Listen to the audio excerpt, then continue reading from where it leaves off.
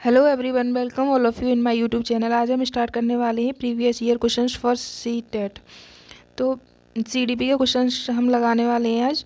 तो इसमें पहला क्वेश्चन है कि बच्चे के विकास के सिद्धांतों को समझना शिक्षक की सहायता करता है। तो इसके लिए चार ऑप्शंस दिए हुए हैं। पहला है कि शिक्षार्थी की आर्थिक पृष्ठभूमि को पहचानने में। नेक्स्ट है कि शिक्षार्थियों को क्यों पढ़ाना चाहिए है औचित्य स्थापित करने में। नेक्स्ट है कि शिक्षार्थियों की विभिन्न अधिगम शैलियों को प्रभावी रूप से संबोधित करने में। फिर अगला है कि शिक्षार्थियों के सामाजिक स्तर को पहचानने में। तो इसमें हमें देखना है कि ये चार ऑप्शंस में से सही कौन सा है। कि बच्चे के जो विकास के सिद्धांतों को समझना शिक्षक को सहायता किस प्रकार करता है, कि बच्चे का डेवलपमेंट किस तरीके से होता है और उसके जो थ्योरीज है उनको समझना किस तरीके से हेल्प करता है एक टीचर के लिए, कि बच्चे को किस तरह से सिखाया जाए।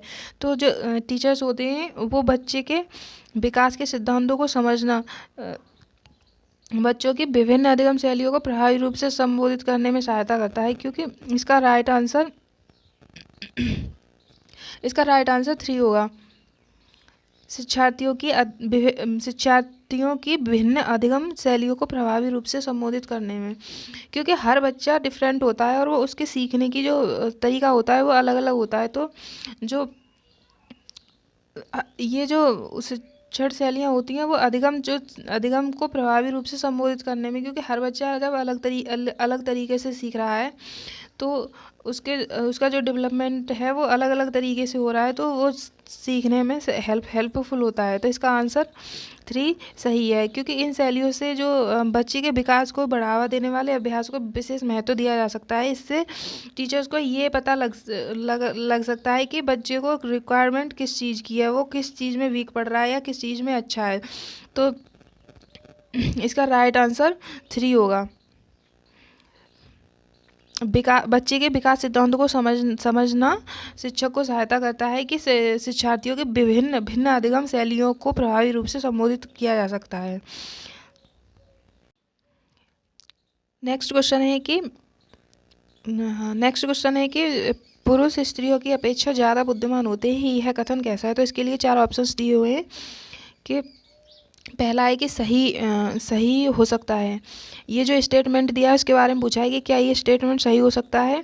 सेकंड है कि यह जो है वो लैंगिक पूर्वाग्रह को प्रदर्शित करता है, कि जो पुरुष हैं, जो मेल हैं, वो फीमेल से ज़्यादा इंटेलिजेंट होते हैं, कि ये जो जेंडर वाइसनेस है उसको रिप्रेजेंट करता है। नेक्स्ट है कि बुद्धि के विभिन्न बच्चों के लिए सही है। और चौथा है कि ये सभी। तो इसमें से हमें देखना है कि राइट आंसर कौन सा है। तो इसका स्टेटमेंट दिया है कि पुरुष स्त्रियों की अपेक्षा ज़्यादा बुद्धिमान होते हैं। तो इसका राइट आंसर सेकंड होगा, कि यह लैंगिक पूर्वाग्रह को प्रदर्शित करता है। क्योंकि अपनी ज़रूरत के हिसाब से कोई भी व्यक्ति कोई भी काम कर सकता है, चाहे वो मेल हो या फीमेल हो। तो ये कोई भी कार्य इस बात से नहीं होता कि वो इस तरीके से नहीं डिजाइन होता कि वो जेंडर को प्राथमिकता दे कि ये कार्य मेल अच्छे से कर सकते हैं या ये कार्य फीमेल अच्छे से कर सकते हैं। तो ये इसका राइट आंसर सेकंड होगा, कि ये जो स्टेटमेंट है कि जो मेल होते हैं वो फीमेल से ज़्यादा बुद्धिमान होते हैं, तो ये लैंगिक पूर्वाग्रह को रिप्रेजेंट करता है। नेक्स्ट क्वेश्चन है कि इरफान खिलौनों को तोड़ता है और उसके पुर्जों को देखने के लिए उन्हें अलग अलग कर देता है। तो आप क्या करेंगे। इसके लिए चार ऑप्शंस दिए हुए हैं। पहला है कि उस पर हमेशा नज़र बनाए रखेंगे। सेकंड है कि उसके जिज्ञासु स्वभाव को प्रोत्साहित करेंगे और उसकी ऊर्जा को सही दिशा में संचारित करेंगे। और तीसरा है कि उसको समझाएंगे कि खिलौनों को तोड़ना नहीं चाहिए। चौथा है कि इरफान को खिलौनों से कभी भी नहीं खेलने देंगी। तो इसमें हमें राइट आंसर देखना है, क्योंकि एक बच्चा है इरफान जो खिलौनों को तोड़ता है और उसके पुर्जों को देखने के लिए उन्हें अलग अलग कर देता है। तो इसका राइट आंसर देखना है। तो इसका राइट आंसर सेकंड होगा। उसके जिज्ञासु स्वभाव को प्रोत्साहित करेंगे और उसको सही ऊर्जा में संचारित करेंगे। क्योंकि अगर कोई बच्चा बार बार खिलौनों को तोड़ रहा है तो उसको इस बात की क्यूरियोसिटी है कि ये कैसे काम करता है, इसके पुर्जे कैसे काम करते हैं। तो हमें उस बच्चे के जिज्ञासु स्वभाव को, उसकी जिज्ञासाओं को समझना चाहिए, ना कि उसे हतोत्साहित करना चाहिए। उसको इनकरेज करना चाहिए और उसकी जो उसका डेवलपमेंट है, जिस स्तर पर बच्चा सोच रहा है, उसको एक अच्छी सही डायरेक्शन देनी चाहिए। और उसको नई थिंकिंग डेवलपमेंट करने के लिए, नई अवधारणाओं को ढूंढने के लिए उसको इनकरेज करना चाहिए कि वो नई अवधारणाएं ढूंढे, और कुछ नया इन्वेंशन उसमें सोचे। तो इस चीज़ के लिए उसको इनकरेज करना चाहिए। तो इसका राइट आंसर सेकंड होगा। नेक्स्ट क्वेश्चन है कि प्रत्येक विद्यार्थी स्वयं में विशिष्ट है, इसका क्या अर्थ है? तो इसके लिए 4 ऑप्शंस दिए हुए हैं कि शिक्षार्थी में ना तो कोई समानता, ना कोई विशेषताएं होती हैं, और ना ही उनके लक्ष्य समान होते हैं। और सेकंड है कि सभी शिक्षार्थियों के लिए एक समान पाठचर्या संभव नहीं है। नेक्स्ट है कि एक विषम रूपी क्लास में शिक्षार्थियों की क्षमताओं को विकसित करना असंभव है। और नेक्स्ट ऑप्शन है कि कोई भी 2 शिक्षार्थी अपनी योग्यताओं, रुचियों और प्रतिभाओं में समान नहीं हो सकते। तो हमें राइट ऑप्शन सेलेक्ट करना है कि जो प्रत्येक स्टूडेंट है वो स्वयं में विशिष्ट है। इसका अर्थ क्या है? तो इसका राइट आंसर 4 होगा, क्योंकि कोई भी 2 शिक्षार्थी, कोई भी 2 बच्चे जो अपनी एबिलिटी में, अपनी इंटरेस्ट में और अपनी जो उनकी प्रतिभाएं हैं उनमें समान नहीं हो सकते। उनमें इंडिविजुअल डिफरेंसेस होती हैं कि कोई किसी चीज़ को सीख रहा है तो उसके सीखने की जो रेट है वो अलग अलग होगी, और उसके इंटरेस्ट अलग अलग होंगे। किसी को कुछ पसंद होगा, किसी को म्यूजिक पसंद होगा, तो किसी को मैथ पसंद होगा। तो उसके सीखने की जो सीखने की उसकी स्पीड है वो अलग अलग होगी, उसके इंटरेस्ट अलग अलग होंगे, और उनके कौशल में भी भिन्नताएं पाई जाएंगी। तो प्रत्येक बच्चा अपने आप में विशिष्ट है। इसका राइट आंसर यही होगा, क्योंकि कोई भी 2 शिक्षार्थी अपनी योग्यताओं, रुचियों और प्रतिभाओं में एक समान नहीं होते। नेक्स्ट क्वेश्चन है कि जो सृजनात्मक उत्तरों के लिए आवश्यक है, जो क्रिएटिविटी वाले आंसर्स हैं उनके लिए क्या आवश्यक है? तो इसके लिए ऑप्शंस दिए हुए हैं कि विषय वस्तु विशिष्ट प्रश्न, मुक्तक प्रश्न, या अत्यंत अनुशासित क्लासरूम, या फिर प्रत्येक शिक्षण एवं प्रत्यक्ष शिक्षण एवं प्रत्यक्ष प्रश्न। तो इसमें पूछा है कि जो क्रिएटिविटी वाले जो आंसर्स हैं उनके लिए क्या आवश्यक है? तो इसका राइट आंसर होगा मुक्तक उत्तर वाले प्रश्न, क्योंकि विषय वस्तु बेस्ड जो विषय वस्तु बेस्ड अगर कोई प्रश्न पूछे जा रहे हैं किसी बच्चे से, तो वो उसका दायरा सीमित हो जाता है कि इस टॉपिक में से उसको इतने क्वेश्चंस पूछे जा रहे हैं। तो वो जो विषय वस्तु में एक स्टैटिक पोर्शन होगा, बच्चा उसी का आंसर देगा, क्योंकि क्वेश्चन अगर किसी टॉपिक से पूछे जा रहे हैं तो आंसर भी उसी में से होंगे। लेकिन मुक्तक उत्तर वाले जो प्रश्न होते हैं, अर्थात जिनमें बच्चा स्वतंत्र होता है अपने प्रश्न को एक्सप्लेन करने के लिए, अपने प्रश्न का उत्तर देने के लिए, जिसमें बच्चा स्वतंत्र होता है, तो ये उसकी जो क्रिएटिविटी वाले आंसर्स होंगे, क्योंकि उसमें वो अपनी थिंकिंग यूज करेगा कि इसका आंसर क्या हो सकता है, वो अपने विचारों को व्यक्त करेगा। तो इसका राइट आंसर सेकंड है। नेक्स्ट क्वेश्चन है कि शिक्षार्थी को फिर खाली जगह के लिए प्रोत्साहित नहीं करना चाहिए। इसके लिए 4 ऑप्शंस दिए हुए हैं कि इसमें पहला है कि समूह में दूसरे शिक्षार्थियों के साथ सक्रिय रूप से इंटरेक्शन करने के लिए। तो ये वाला आंसर तो बिल्कुल सही है, क्योंकि इसमें नहीं वाला पूछा है। तो इस समूह में कार्य करने से बच्चों की क्रिएटिविटी बढ़ती है और उनका जो कॉन्फिडेंस लेवल है वो भी ठीक होता है। तो ये वाला ऑप्शन तो सही है कि समूह में कार्य करने और दूसरे शिक्षार्थियों के साथ इंटरेक्शन करने में, क्योंकि समूह में बच्चा सबसे ज़्यादा एक्टिव होता है। तो अगर जब एक्टिव रहेगा तो उसकी क्रिएटिविटी भी बढ़ेगी। तो ये वाला आंसर ऑप्शन सही है। तो नेक्स्ट ऑप्शन है इसका कि अधिक से अधिक सहगामी क्रियाओं में हिस्सा लेने के लिए। तो ये वाला भी सही है, क्योंकि अधिक से अधिक पाठ्य सहगामी क्रियाओं में हिस्सा लेगा तो बच्चे की एक्टिविटी भी बढ़ेगी, बच्चा एक्टिव रहेगा। क्योंकि जो पढ़ाई के अलावा जो अन्य एक्टिविटी होती है उनमें हिस्सा लेने से उसकी एक्टिविटी भी बढ़ेगी और वो अधिक से अधिक सीखेगा भी।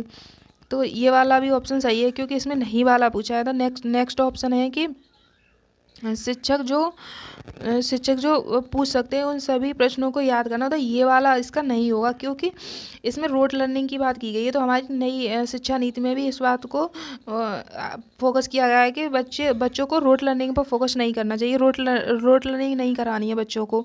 तो ये वाला जो इसका ऑप्शन है वो सही होगा, क्योंकि इसमें गलत पूछा है कि शिक्षक पूछ सकते हैं उन सभी को याद करना। तो याद करने वाली बात तो बच्चों को नहीं करनी है, उन्हें सिखाने पर फोकस करना है, ना कि याद करने पर। तो इसका राइट आंसर 3 होगा। नेक्स्ट ऑप्शन है इसका कि क्लास के अंदर और बाहर अधिक से अधिक प्रश्न पूछने। तो ये वाला आंसर, ये ऑप्शन भी सही है, क्योंकि या तो बच्चा क्लास के अंदर हो या बाहर हो, अगर वो अधिक से अधिक क्वेश्चन पूछ रहा है तो वो उसकी क्यूरियोसिटी को दिखाता है। तो ये वाला आंसर भी सही है। तो इसमें पूछा है कि जो शिक्षार्थियों को के लिए प्रोत्साहित नहीं करना चाहिए, किसके लिए प्रोत्साहित नहीं करना चाहिए, तो वो इसका राइट आंसर 3 होगा, क्योंकि रोट लर्निंग पर फोकस नहीं करना है। तो इसका राइट आंसर 3 है। नेक्स्ट क्वेश्चन है कि भारतीय समाज को बहुभाषिक विशेषता को देखा जाना चाहिए। तो इसके लिए 4 ऑप्शंस दिए हुए हैं कि पहला है इसमें कि विद्यालय को समृद्ध बनाने के संसाधन के रूप में। तो ये इसका राइट आंसर यही होगा, क्योंकि जो बहुभाषिता है उसको ऐसे विद्यालय को समृद्ध बनाने के संसाधन के रूप में देखा जाना चाहिए, क्योंकि क्लास में बच्चे बहुत से अलग अलग बैकग्राउंड से आते हैं, तो उनकी भाषा अलग होती है। तो इस चीज़ के लिए बच्चों को यह सिखाना चाहिए कि जो बहुभाषिता है वो उसके प्रति बच्चे जागरूक हों। जो बहुभाषिक विशेषता है, ऐसा नहीं है कि अगर कोई बच्चा किसी अलग बैकग्राउंड से आ रहा है तो उसको नेग्लेक्ट किया जाए कि ये हमारे जो बहुभाषी बच्चे हैं उनसे अलग उसको रखा जाए। तो ऐसा नहीं होना चाहिए। बच्चों को भाषा के प्रति अवेयर कराना चाहिए, उनको सकारात्मक समझ, उनको पॉजिटिव थिंकिंग डेवलप करनी चाहिए कि हाँ बहुत सारी डिफरेंट लैंग्वेजेस हमारे देश में बोली जाती हैं, तो उसके लिए उनको अवेयर करना चाहिए, उसके पॉजिटिव थिंकिंग उसको डेवलपमेंट करना चाहिए। और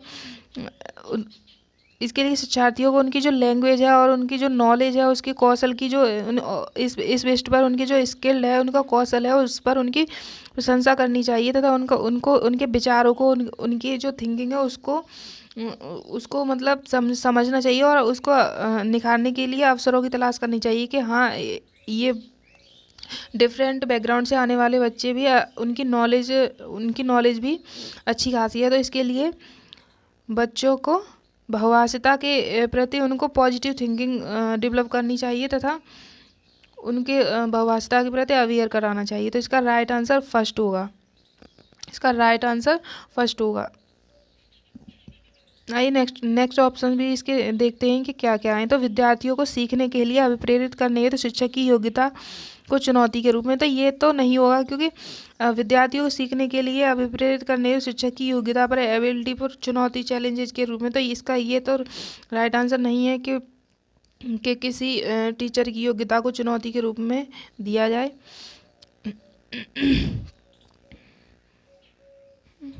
शिक्षार्थियों के लिए विद्यालय जीवन को एक जटिल अनुभव के रूप में बनाने के कारक के रूप में। तो ये भी नहीं होगा, क्योंकि जो विद्यालय अनुभव होता है उसका मतलब जैसे कि सरल तरीके से बच्चों को हर चीज़ कैसे सिखाई जा सकती है उस पर फोकस होता है। क्लासरूम इस बात पर फोकस होता है कि बच्चों को सिखाया कैसे जाए, ना कि उनके लिए बहुत ज़्यादा ही टफ इन्वायरमेंट कर दिया जाए, इसके बच्चे पर प्रेशर बढ़े और वो सीखने के लिए बाध्य हो। ये वाला ऑप्शन भी सही नहीं है, क्योंकि जटिल अनुभव नहीं होने चाहिए। उसके लिए एक इको फ्रेंडली वातावरण होना चाहिए, जिससे वो अपनी खुशी से अपने इंटरेस्ट से सीखे।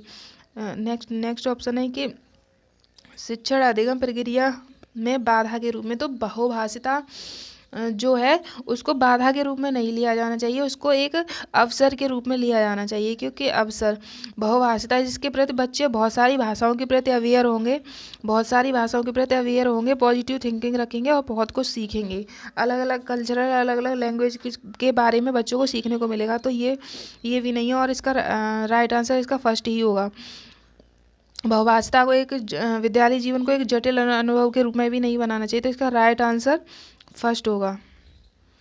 नेक्स्ट क्वेश्चन है कि विद्यार्थियों के सीखने में जो रिक्तियां रह जाती हैं उनके निदान के बाद क्या होना चाहिए। तो इसके लिए 4 ऑप्शंस दिए हुए हैं कि पहला है कि सघन अभ्यास कार्य करना चाहिए, सेकंड है कि सभी पाठों को व्यवस्थित रूप से दोहराना चाहिए, नेक्स्ट है कि शिक्षार्थियों और अभिभावकों को उपलब्ध के विषय में बताना चाहिए, और नेक्स्ट है कि समुचित उपचारात्मक कार्य करने चाहिए। तो इसमें ये पूछा है कि विद्यार्थियों के सीखने में जो रिक्तियां रह जाती हैं, कि अगर किसी बच्चे को कोई चीज़ सिखाई जा रही है, अगर बच्चा सीख रहा है कुछ चीज़, तो उसकी जो कमियां रह रही हैं सीखने में, वो कहाँ पर वीक पड़ रहा है, अगर उसके बारे में पता लगाए। निदान का मतलब होता है कि उसकी कमियों के बारे में पता लगाना, उसकी समस्या के बारे में पता लगाना।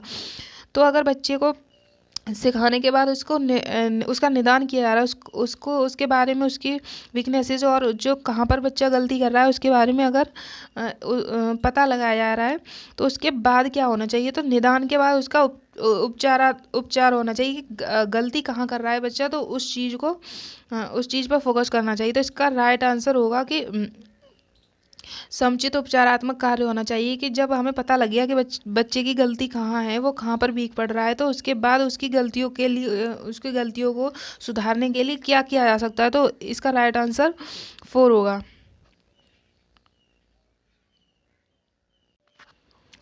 नेक्स्ट क्वेश्चन है कि सबसे अधिक गहन और जटिल समाजीकरण कब होता है। तो इसके लिए 4 ऑप्शंस दिए हुए हैं कि किशोरावस्था के दौरान, पूर्व बाल्यावस्था के दौरान, प्रौढ़ावस्था के दौरान और व्यक्ति के पूरे जीवन में। तो इसमें यह पूछा है कि जो समाजीकरण, सोशलाइजेशन की क्रिया है वो तो होती रहती है, क्योंकि व्यक्ति जब समाज के संपर्क में रहता है तो वो कुछ ना कुछ सीखता रहता है, कुछ ना कुछ करता रहता है। इंटरेक्शन से जो चीज़ होती है उसमें समाजीकरण उसका होता रहता है। तो इसमें ये पूछा है कि अधिक गहन और जटिल समाजीकरण कब होगा। तो इसका राइट आंसर किशोरावस्था के दौरान होगा, क्योंकि किशोरावस्था के दौरान सबसे ये इसको कहते हैं कि स्टैनली हॉल ने एक डेफिनेशन भी दी थी कि यह किशोरावस्था जो है विशेष बल, तनाव, तूफान की अवस्था होती है। तो इसमें जो समाजीकरण होता है वो गहन और जटिल होता है, क्योंकि ये जो एज होती है किशोरावस्था वाली एज, इसमें बहुत सारे चेंजेस होते हैं, जिसमें बच्चे की थिंकिंग में बहुत सारे चेंजेस होते हैं, उसकी फिजिकली बॉडी में बहुत सारे चेंजेस होते हैं, उसकी ग्रोथ में और बहुत सारे चेंजेस होते हैं। तो जो सबसे ज़्यादा जटिल और गहन समाजीकरण होता है, जो सोशलाइजेशन होता है, वो सोशलाइजेशन होता है वो किशोरावस्था के दौरान होता है। इसका राइट आंसर फर्स्ट है। नेक्स्ट क्वेश्चन है कि सीखने का वह सिद्धांत जो पूर्ण रूप से केवल अवलोकनीय व्यवहार पर आधारित होता है, सीखने के सिद्धांत में से किससे संबंधित है। इसमें 4 ऑप्शंस दिए हुए हैं कि जो अवलोकन, जो देखकर जो सीखा जाता है, वह व्यवहार किस पर बेस्ड होता है। तो ये विकासवादी, सेकंड है कि व्यवहारवादी, तीसरा है कि रचनावादी और नेक्स्ट है कि संज्ञानवादी। तो इसका राइट आंसर सेकंड होगा, क्योंकि व्यवहारवादी, क्योंकि एक मनोवैज्ञानिक थे वाटसन, जो एक फेमस व्यवहारवादी थे। तो उन्होंने कहा था कि जो अवलोकनीय जो व्यवहार है वो इस बात पर बेस्ड होता है कि जो देखकर बच्चा सीख रहा है, कुछ चीज़ें देखकर सीख रहा है। तो यह किसी व्यक्ति के व्यवहार, किसी व्यक्ति का जो व्यवहार है, बिहेव किसी व्यक्ति का, वो इस बात पर फोकस होता है कि वो कैसे माहौल में है, तो इस बात पर यह बेस्ड होता है कि वह कैसे माहौल में है, ना कि इस बात पर कि उसकी जो इंटरनल और उसकी जो व्यक्तिगत अनुभूतियाँ हैं उन पर बेस्ड होगा। ये जो अवलोकनीय व्यवहार है वो उसकी व्यक्तिगत अनुभूतियों पर बेस्ड नहीं होता, बल्कि इस बात से निर्देशित होता है, इस बात से डायरेक्टेड होता है कि वो कैसे माहौल में है। तो माहौल का, उसके एनवायरनमेंट का, उसके पर्यावरण का उस पर प्रभाव पड़ता है। तो ये अवलोकनीय व्यवहार है वो व्यवहारवादी सिद्धांत से रिलेटेड है। और ये व्यवहारवादी, फेमस व्यवहारवादी थे एक वाटसन। इन्होंने पर्यावरण को विशेष महत्व दिया था कि सीखने में सबसे बड़ा योगदान होता है इन्वायरमेंट का, कि बच्चा इन्वायरमेंट से बहुत हद तक सीखता है। तो इसका राइट आंसर सेकंड होगा।